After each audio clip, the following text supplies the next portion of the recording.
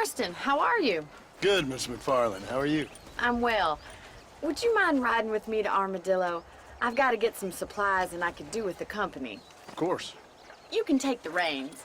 It wouldn't do for a terrifying bounty hunter such as yourself to be seen driven around by a woman. Hop on up, Mr. Marston.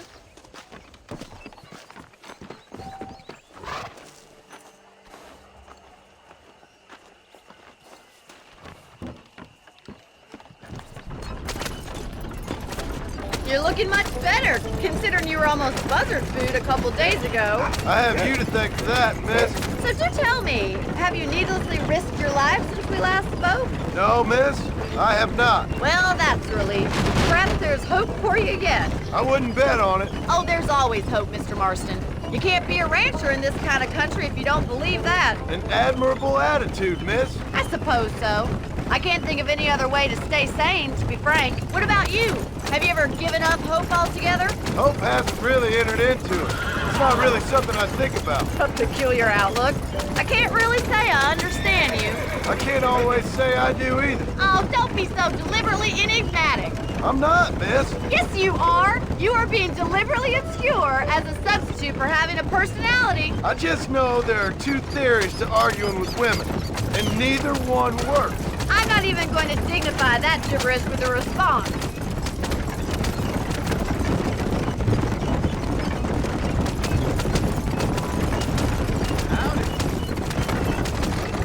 I think it's kind of funny I found you dying on the side of the road and now you're driving me into town. You have a strange sense of humor. Well, you must admit, it's an unusual start to a friendship. I didn't realize we were friends, Miss McFarland. Oh, please.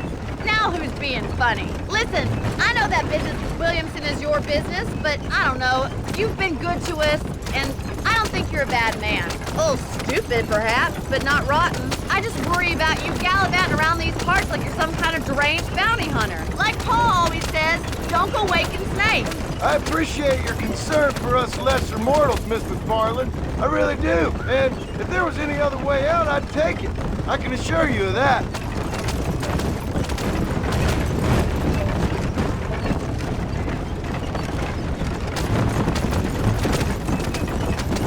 You never did tell me where you live. I have a small holding up in Great Plains. A farmer? Yeah, and I'm the Queen of England.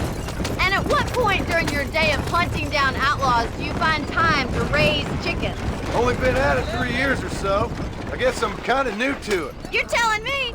So who's looking after this farm of yours right now? Uncle. Well, he's not my uncle, as far as I know. Just an old dog who's as lazy as a lizard on a hot day. The kind of fella laboring under the delusion that age brings wisdom.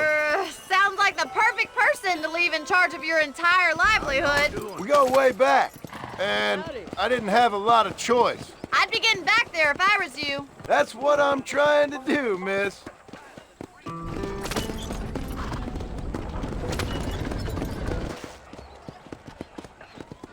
So this is Armadillo.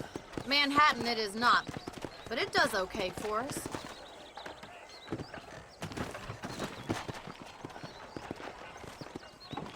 Most important thing for you right now is getting yourself into Dr. Johnson's office to purchase some medicine. The first one's on me. Thank you, miss. I'll pay you back. I'm sure you shall. The doc's a good fellow. He saved your life, so be polite to him. Meet me in front of the general store when you're done.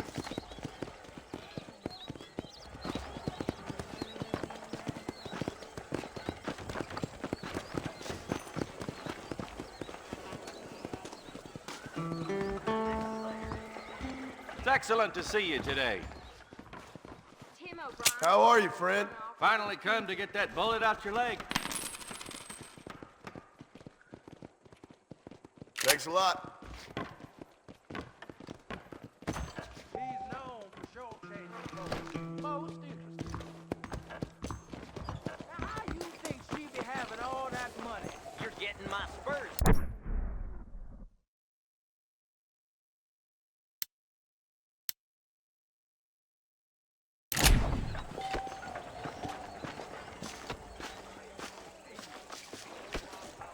Well, thanks for driving me. It was nice to be able to enjoy the view for once, and a little company never hurts now and again.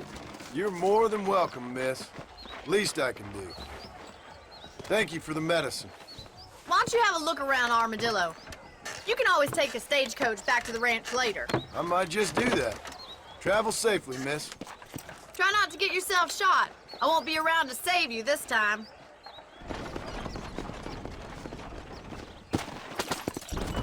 Maybe the scab herders have it right. Just let the government have the railroads. Keep it simple.